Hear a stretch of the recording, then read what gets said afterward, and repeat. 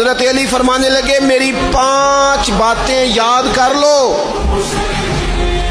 اور فرمانے لگے اونٹوں پر بیٹھ کر تلاش کرنے نکلو گے تو یہ باتیں تمہیں ملیں گی کہیں بھی نہیں،